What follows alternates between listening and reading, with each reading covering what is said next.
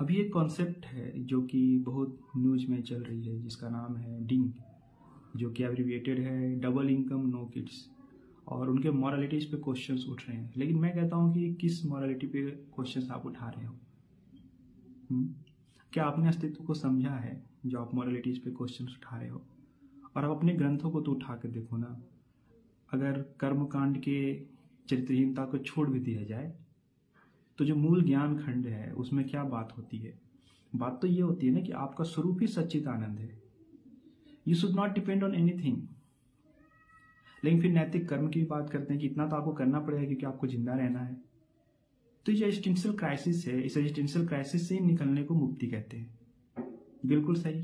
तो किसी ने अगर चुनाव किया है कि वो जो अस्तित्व में नहीं है उसको पहले जहां है, हालांकि अस्तित्व के पहले कोई कंडीशंस है नहीं, मैं कह रहा हूं they are not in existence, तो उनको क्या लाना? Why you are making the baby? बच्चे जन्म दे करके आप उनको इस सोसाइटी, इस इकोनॉमी, इस नेचर की जितने भी कैलेमिटी है, जो कठिनाइयां हैं, उनमें क्यों डालना चाहते हो? Why you want to inflict them all those suffering?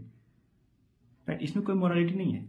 Actually बच्चे ना होने का चुनाव जो है ना, मोर एल्ट्रिस्टिक है, उसको हम बोले तो करुणामय है। अगर आपके हृदय में करुणा होगा और आपकी बुद्धि विकसित होगी, है ना, जैसे कि अगर आप विकास की बात करते हो तो किसकी बोलते हैं विकास? जहां रैशनलिटी हो, है ना, जैसे कि आपके आदि मानव जिस तरह से रहते थे, आप उस तरह से नंगे धड़ तो घूम नहीं रहे, नहीं ना घूम रहे, कपड़े पहन रहे ना, तो इसको रैशनलिटी ना कहोगे आप? जैसे कोई बच्चे कब हो इसका भी चुनाव करना है तो उसको आप रैशनल मानते हो, मैच्योरिटी मानते हो। जो यंग एज में शादी कर ले, कोई इनकम सोर्स नहीं हो, राइट, उसको आप क्या कहोगे? मैच्योर कहोगे? इमैच्योर कहोगे ना। तो उसी प्रकार जो इस मैच्योरिटी लेवल तक पहुंच चुका है, जो कि ये बात समझ रहा है कि दुनिया में किसी भी चीज का अस्तित्व होना मतलब द्वैत से सफर होना, अस्तित्व ही सफरिंग है। इस वर्ल्ड में जो भी चीज अस्तित्व में आता है वो सफरिंग से बच नहीं सकता। तो किसी ने अगर अपनी बौद्धिकता से ही चुनाव कर चुका है, वो किसी बच्चे को जन्म नहीं देगा, they are not going to bring anybody in this existence. So बहुत ही बेहतरीन चुनाव है।